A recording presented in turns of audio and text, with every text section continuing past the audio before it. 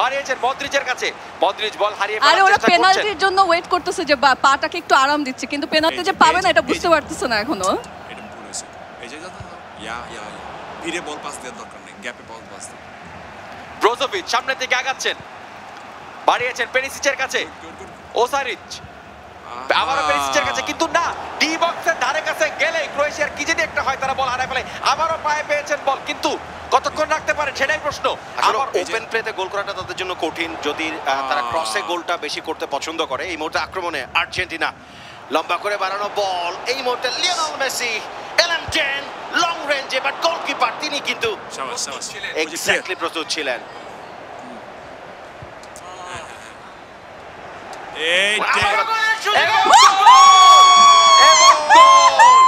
দুর্দান্ত ভাবে 2-0 গোলে তুমি নাকি ক্লিন চিট থাকবা।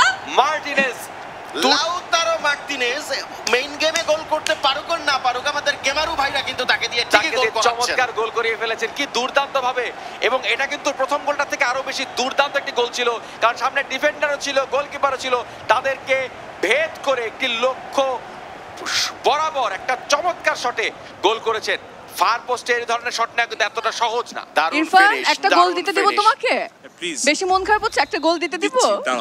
দিব তুমি নাকি ক্লিন শিটে খেলবা। প্রথমার্ধেই নাকি আপনি 2-0 গোলে পিছিয়ে পড়েছেন, পেনাল্টি শুটআউট ছাড়া ক্রোয়েশিয়া জিততে পারে না, ব্যাপারটা কি সত্য?